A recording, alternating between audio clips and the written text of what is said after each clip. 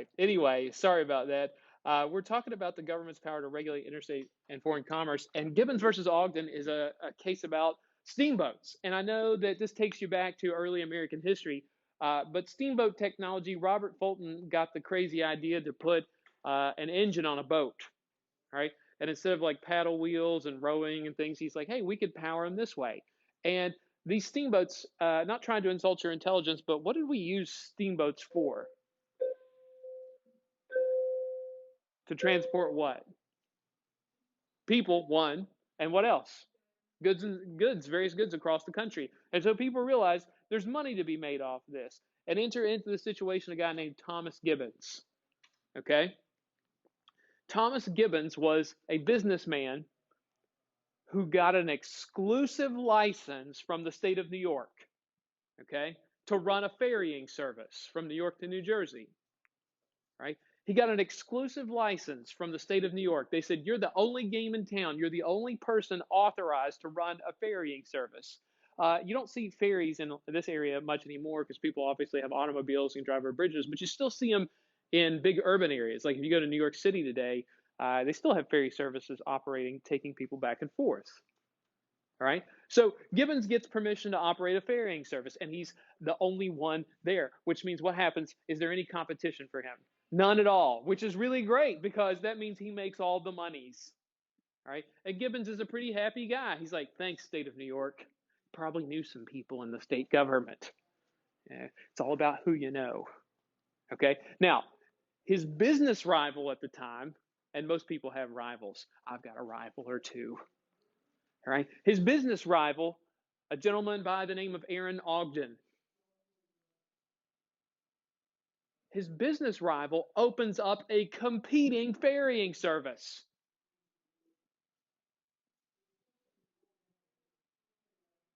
Okay. And Gibbons says, hey, you can't do that. He's like, why not? He goes, the state of New York said I'm the only one allowed to operate this. And Ogden says, don't worry. I got permission from the United States government. He said, I got my licensing through the U.S. government. Oh, wow, we got ourselves a potential conundrum here. It's a conflict of interest. One's been authorized by the state of New York. The other's been authorized by the U.S. government. All right. And so Gibbons takes this matter to court. He's like, I'm going to sue you. Right. Because that's how we handle our problems in America. Right. And the Supreme Court's eventually going to get this case. And there's a couple questions they've got to figure out. Okay. And the first question is this: operating a ferrying service. Okay. Is that something that a state government or a national government should be making laws about? And here's the first thing they have to address in answering that question is, first of all, is operating a ferrying service, is that something we would classify as interstate commerce? Okay. Is that something we classify as interstate commerce? All right. And what do you think? Running a ferrying service from New York to New Jersey, would you classify that as interstate commercial activity? Absolutely. Okay. And John Marshall went on this big long rant about what is commerce between the states, and he called it intercourse between the states, any type of activity between it. And like that term intercourse meant something different back then than it does now. So don't think it'd get weird on the Supreme Court. You know, they're just strange. Okay. And so he's like, any type of economic activity between the states, that's interstate commerce. And this definitely counts. All right. And he says, we got another question to answer. Okay. Who gets to regulate or make rules about interstate commerce? The national government only. Because where is it specifically written? In the Constitution. And he said, that's a no-brainer. Okay? He said it's specifically spelled out that only the national government can regulate interstate commerce. Oh, man. All right? And once again, they said, look, what happens when a national law and a state law conflict like this? The national law wins. Okay? And poor Gibbons was like, oh, I don't get to have the exclusive rights to a ferrying service. Curses. All right. And that set the standard that, look, only the national government can regulate interstate commerce. Okay. And states like, you better stay in your own lane, so to speak. All right. Fast forward 170 years later. We got another case here, U.S. versus Lopez. And this one is asterisked and bolded because it's one of the required cases that you have to know. Okay. And so Here's the situation at hand. This relates to guns. Look at that right there. That's a pistol right there, folks. Okay. You all don't remember this because you weren't alive. But in the late 80s, early 90s, there was a huge wave of violence that hit the United States. All right. And fun fact, too, do you know why you get wanded at homecoming and prom? Wanded with the wand when you come in the door. No, no, no. See, that thing's not detecting drugs. What's it detecting? Metal. What are they afraid you're going to bring? A gun, okay? And here's what was happening in the late 80s, early 90s. What was happening was people would bring guns to like homecomings, proms, and football games, and they were shooting people there, right? They didn't do it like during the school day. They're like, huh, we won't disrupt the educational process, right? But they were bringing them to school events and shooting people, okay? And it's like, hey, back then, the criminal, they had a standard, right? There were rules to this, right? But anyway, the United States Congress said, we got to do something about this, okay? We need to take some action here. So they passed a law, because that's what Congress does, right? You don't need to remember the name of the law, but they passed a law called the Gun-Free School Zone Act, right? And that's a really long name. Like, can't you think of a like something better than that? But hey, that's what they went with. And what do you think it made illegal to do at schools? Carry a gun or bring a gun to schools. All right? And you have to remember, this was a big deal, especially even in this area, because people had hunting rifles in their cars all the time, and that was seen as normal. Question. Before. This was before. 1999. Yeah. All right. So the United States government passed a law saying it is illegal to bring a gun to school. All right. And they were hard on people too. They were like, hey, you bring a gun to school, it's zero tolerance. It doesn't matter if it's an accident or not. We're going to make an example out of you. Enter into the equation a young man, an 18-year-old kid from Texas named Alfonso Lopez. And young Mr. Lopez brought a gun to school with the intent of selling it. Okay? He brought a pistol to school. He was going to sell it, going to make some extra cash there, and he got caught. Okay? Somebody always talks. Right? And Lopez, when he brings this gun to school and somebody rats him out, police authorities arrest him and they charge him with violating this law. They're like, hey, you violated the Gun-Free School Zones Act, and you're in trouble, man. Okay, and look, he's facing serious prison time, at least a year in prison, if not more. Like, there were harsh punishments for bringing a gun to school. Even if you wasn't loaded, even if you had no intent of using it, just bringing the gun to school was a crime. All right. Now, here's where things get a little bit bizarre. Okay, his attorneys, they had no problem admitting that yes, Mr. Lopez brought the gun to school. He did it because he was going to sell it. This is beyond question. This is fact. All right, they didn't dispute that. But here's where things get tricky. His attorneys argued that the U.S. government had no authority to make that law. That law, the Gun-Free School Zones Act, that law was unconstitutional because is there anything about guns or schools in the Constitution and Congress's enumerated powers? What do you think? No, there's not. There's nothing about schools, about them. Like, there's nothing that says Congress can make laws about guns, and there's nothing that says Congress can make laws about education policy.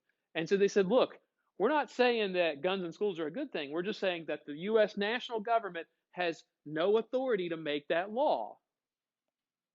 Right? Now, the federal government, here's their argument. They tried to claim well, yes, we do have the authority to make that law because bringing guns to school affects interstate commerce. A great question. And the court's like, all right, we'll hear your argument. And so they said, look, if you were worried that guns were at school, okay, and you were a student there, you would legitimately be worrying about guns in school, and you wouldn't be able to focus on your studies, and you wouldn't achieve as well, and you wouldn't make as much money in the future. And people driving in the area, if they were worried about guns being at the schools, they would go out of their way to avoid being there. Right? Does that sound like some BS? Yeah, the Supreme Court thought so too. And they side with Lopez and say, look, the act of bringing a gun to school, while we might find it objectionable, is not interstate commerce. Okay? And that the government exceeded their authority. So they kick out this law and they said, we're not saying that the Gun Free School Zones Act was a bad idea, but who should be the ones making these laws? State governments, not the national government. Okay? And by the way, within several months, within like the next 6 months, what do you think almost every state government got accomplished? A law like it. Okay? Like, for example, West Virginia passed a law saying you can't bring a gun to school. So please don't do that.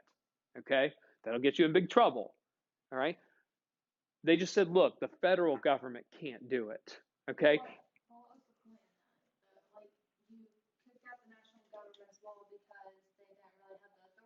Right. All right. Now, that's a great question, Charlie. Charlie's like, well, what's the point if every state went and did it anyway? All right. All right. You think it's a waste of time, but they're saying no, it matters because remember, ultimately, like one of the things they'll ask you on the AP exam, like this case, U.S. versus Lopez, who does that tend to push power to? The national government or states? States. Okay. It matters because when we talk about decision making, like we said, there's a relationship between the two. So, for example, imagine if you and your husband were going out somewhere to eat, okay? And you pick the restaurant. That's your job. That's something that is, you all have agreed that you always pick the restaurant because Charlie never picks a bad restaurant, right? And he says, honey, I want to go to Chick-fil-A. And in your head, you were going to go to Chick-fil-A anyway, but you're like, it's not your decision.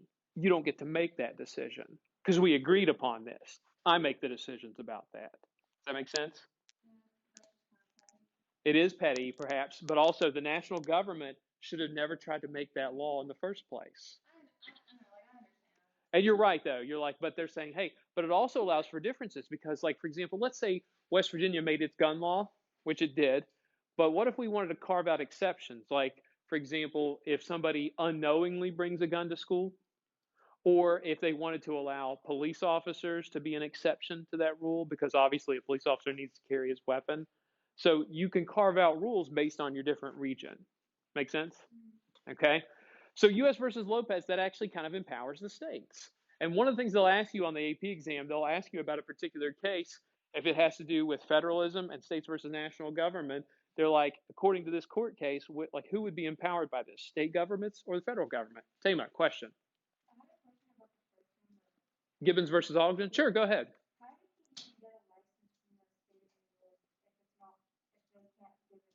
The state of New York thought they could do it anyway. They wanted, like, they just thought that, like, state authority at the time, they still believed that, well, there wasn't anything about ferrying services in there, and we don't really feel like that's interstate commerce. Okay, good question. All right, fast. Oh, go ahead, another one. Uh huh. What is it? Because probably at the time, and I'll have to look this up to make sure, but Gibbons probably knew people in the state government who wanted to benefit him, and he in turn could benefit them in other ways too. All right. Fast forward 10 more years, and we got another case involving state versus national power. This one has to do with marijuana. Gonzalez versus Rake. Oh, all right. And there's a guy smoking a marijuana joint on there. All right. Yeah, I know. People always think it looks like Obama, and I'm like, it's not meant to be Obama. Okay. Although Obama did admit to trying marijuana. All right.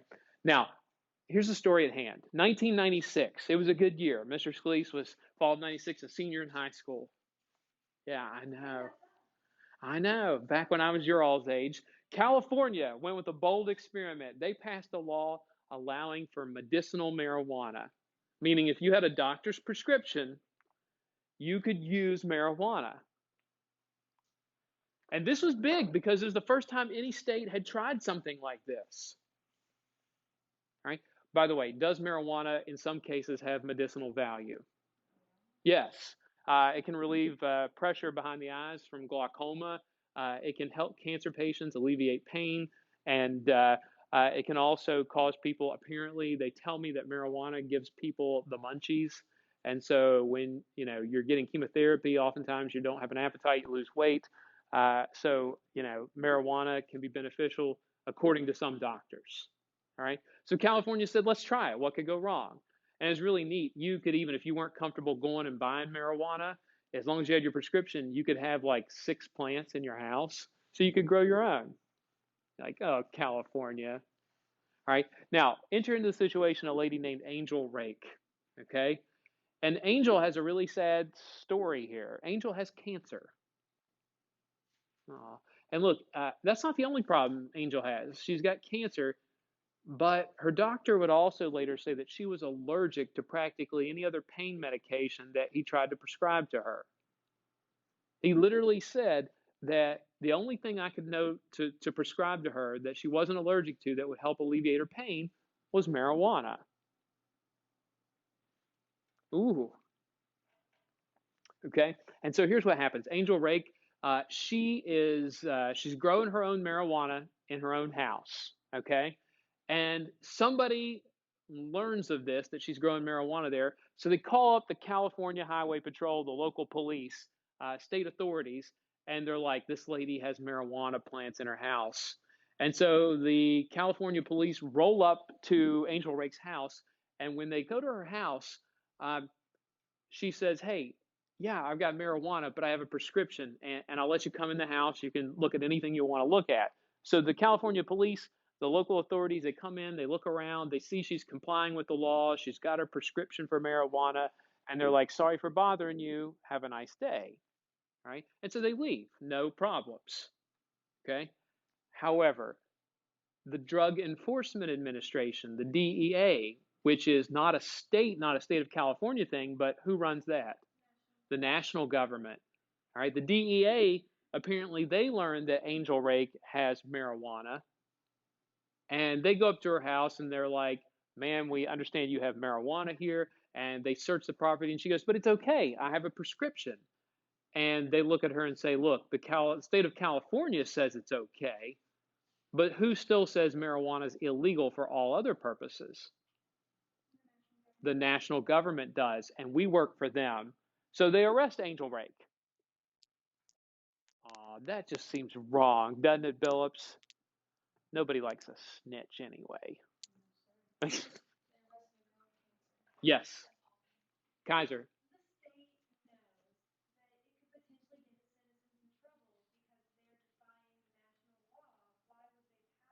Great question, and I'm going to get to that in a minute. All right, let me explain this case, and I'll tell you why. Okay. Now, Angel Rake, by the way, she's not facing a serious crime like a first offense. Was she would, at most she's going to get like 15 to 30 days in jail and maybe like a $500 fine. But she was angry about it because, as Charlie pointed out, they arrested a woman with cancer who literally, like her doctor swears under oath, that the only thing that's going to alleviate her pain that she can take is marijuana. All right.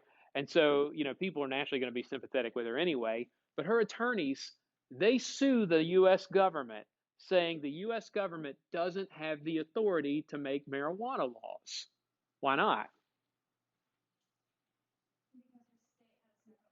Not because they're saying it's not what? There's nothing about marijuana in the Constitution. Okay? And they're saying states should have the authority to make that law. Right? It should be up to states to make that.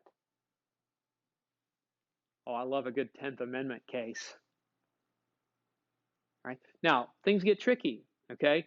The U.S. government, they argue in return, they're like, "Oh, you're right. Marijuana is not mentioned in the Constitution. However, the buying and selling of marijuana is what? That's interstate commercial activity, because marijuana is definitely a substance that is bought and sold across state lines. So we get to make laws about marijuana." Okay? Oh man, cursed interstate commerce clause. All right, don't worry though. Angel Rake's attorneys aren't done. Okay? And this is a good, must have had some good attorneys. Here was their argument. Okay? She said, "You're right. It probably is interstate commerce. However," she goes, "I got the seeds for my marijuana in California. I grew the marijuana plants in California. I used the marijuana only in California, and I didn't sell it and I didn't buy it from anybody else." Meaning that, is that stuff, what she was doing, is that interstate commercial activity? No. She goes, "What I was doing is intrastate, meaning within the state. I never crossed state lines. I never got anything from out of state. So the federal government shouldn't be allowed to make marijuana laws that affect me." Ooh, this is interesting. Do you feel like she has a good argument here? You're like, it's not bad. Now, here's what the Supreme Court says in this one. And boy, this really is going to wrangle you a little bit. The Supreme Court rules they side with the U.S. federal government. And here's why. And you're going to like this explanation. They said, Angel Rake, you're right. What you did, like your marijuana never left the state. It's not interstate commerce. But you affected the supply and demand of the marijuana market. Because if you hadn't grown it yourself, you would have had to have bought it from somewhere, and you probably would have bought marijuana that was interstate commercial activity. Right? So since you just affected it, since you affected the supply and demand of marijuana market, that still counts as interstate commerce. Now, does that sound like some BS? Probably so. Okay? And here's the reason this court case is significant. Okay? What does that signal to the federal government about the interstate commerce clause? The decision in this case, does that empower the national government or the states? The national government. And what does it say to the national government and their ability to use the commerce clause? If you can stretch it to marijuana, what could you potentially stretch it to? Just about anything else, okay? And people got really alarmed about this case because they're like, hey, this is, I don't know if this is what the Commerce Clause is really intended to do. Yeah, her conviction was upheld. Now, did she probably go ahead and use it anyway? She might have snuck around and done it, okay? Now, go ahead. Maybe, all right? Now, Kaiser, to answer your question, you're like, why would a state even do this if they knew it was going to get their people in trouble with the federal government? And here's my response to that. We know that states have passed marijuana laws since then. So, for example, let's say that anybody going on a senior trip? You plan on going on a senior trip? Let's pretend. Charlie, you're going on a senior trip, okay? And let's say that Charlie wants to go to Colorado, okay? Because she's like, I hear that their expression there is Rocky Mountain High. And she's like, I hear I could meet an interesting man there named Bud. And I could meet him at 420. You get my marijuana jokes? All right. So let's say Charlie wants to go somewhere where marijuana happens to be legal. All right. And she meets the criteria. She's old enough. And most states, like as long as you don't have more than 3 ounces of marijuana with you, you're okay. And she's not doing it in public. All right. If Colorado police were to arrest her, or if they catch her with marijuana, they would say, oh, well, you're complying with the law. No big deal. You just keep on going with your bad self. Okay? But what if an FBI agent, somebody who worked for the federal government, caught Charlie even though she's in Colorado? They would arrest her, and they're like, hey, Colorado authorities aren't going to bust you because they're just enforcing state law. But my job is to enforce national law. All right? Isn't that kind of like the same thing as if, like, if we were in Milton, like a Huntington police officer can't really, like, pull you over? That's a good comparison. Like, for example, yeah, right. And that's a good example. She said it's like a town police officer versus like a county police officer. That's a good comparison there.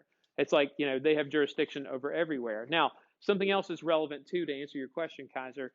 For most people, like an FBI agent, like let's say she did get, an FBI agent looks at her and she looks suspicious and he decides to search her and he finds like an ounce of marijuana. Even though he could have her arrested for that, he probably wouldn't because it's more hassle on him. And usually your federal level people, they're not going after people like Charlie who are just like one marijuana user. They're going after big level drug dealers who are dealing like in hundreds of pounds of marijuana. So they're like, look, Charlie's not worth my time to have her arrested and prosecute her for a crime because courts are already backed up.